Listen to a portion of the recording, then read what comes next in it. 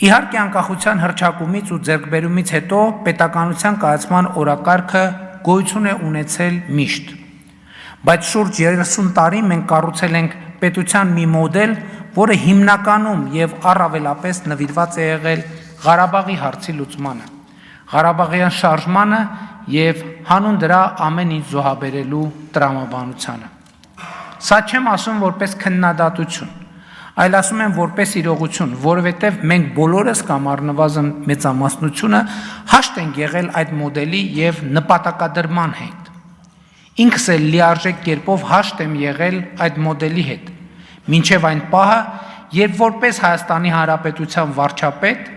փաստերին ու տեղեկություններին հասանելիություն ստանալուն զուգընթաց, կամաց, քայլ,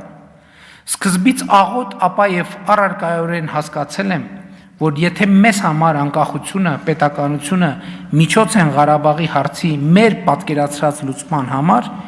մի շարք արտաքին դերակատարների համար Ղարաբաղի հարցը միջոց է մեր անկախությունը, պետականությունը, զարգացումը, բարեկեցությունը թույլ չտալու, ապա եւ մեր պետականությանը վերջ դնելու համար։ Այդ վերջնանպատակի իրագործումը մեկնարկած է եղել արդեն 2018 թվականին։ Այդ նպատակի իրագործումը եզրափակիչ փուլ մտավ 2020-ի սեպտեմբերին եւ գագաթնակետին հասավ 2021 թվականի մայիսին եւ այդ վերջնանպատակը գործակիցներ ունի նաեւ Հայաստանում եւ այդ գործակիցները կարծում են, որ Ղարաբաղի հարցն է կարեւոր եւ ոչ թե անկախությունն ու պետականությունը։ Դաշնակցության այդքան քննարկված 004 շրջաբերականը, հոգևոր հայտնի անձանց այստեղ մեջբերված հարցազրույցները, Հայաստանի նախկին ղեկավարության հայտարարությունները այս ծիրի մեջ են, այս տրամաբանության մեջ։ Այսօր ահա գաղափարական այս դարակազմիկ բախման երկրորդ արարն է տեղի ունենում։ Կառավարող մեծամասնությունը, անձամբ ես, ասում ենք, որ Ղարաբաղյան շարժումը շարունակելու ցանկացած փորձ կործանարար է, որովհետև այն եղել եւ լինելու է գործիք Հայաստանի պետությունը, անկախությունը, ինքնիշխանությունը թույլ չտալու համար։ Մենք սա ցավոք շատ ուշ ենք հասկացել։ Իսկ ընդդիմությունն ըստ էության ասում է,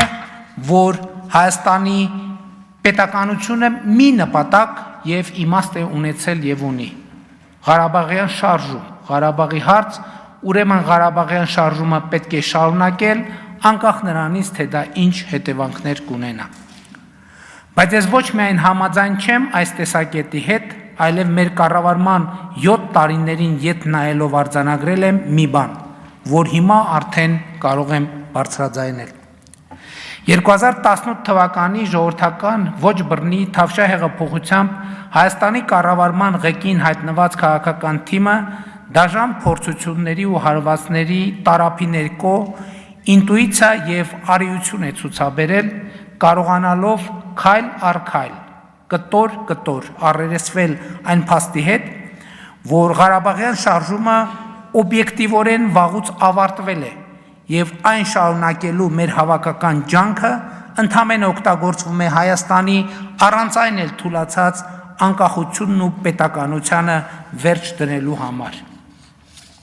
Ու այս իրողությանն առերեսվելով կառավարող մեծամասնությունը որդեգրել է մի ռազմավարություն, համաձայն որի Հայաստանի Հանրապետությունը ոչ թե Ղարաբաղի կամ ինչպես ասում են մեկ այլ ազատագրական հարցի լուծման գործիք է,